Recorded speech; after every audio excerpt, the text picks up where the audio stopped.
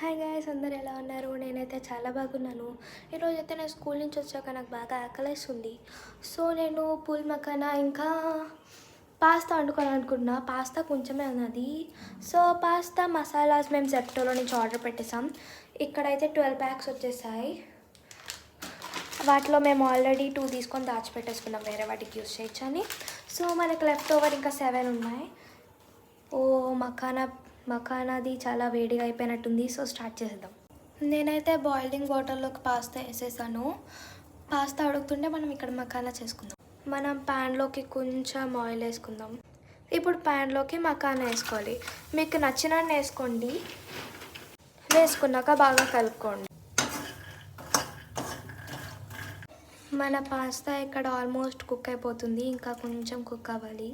ఒక 5 మినిట్స్ అయిపోయాక స్టవ్ ఆపేసుకోండి. మన ఫుల్ మకానాని వేరే బౌల్లోకి షిఫ్ట్ చేసేసుకోండి.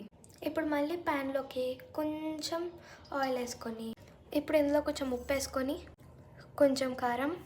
గాయస్, నా దగ్గర చీజ్ పౌడర్ ఉన్నది కాబట్టి నేను చీజ్ పౌడర్ వేసేస్తున్నాను. మీరు చీజ్ పౌడర్ కాకుండా వేరే మసాలా అయినా వేసుకోవచ్చు.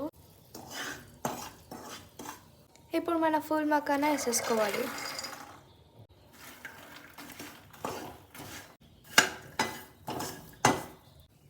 మన పూల్ మకానా రెడీ అయిపోయింది.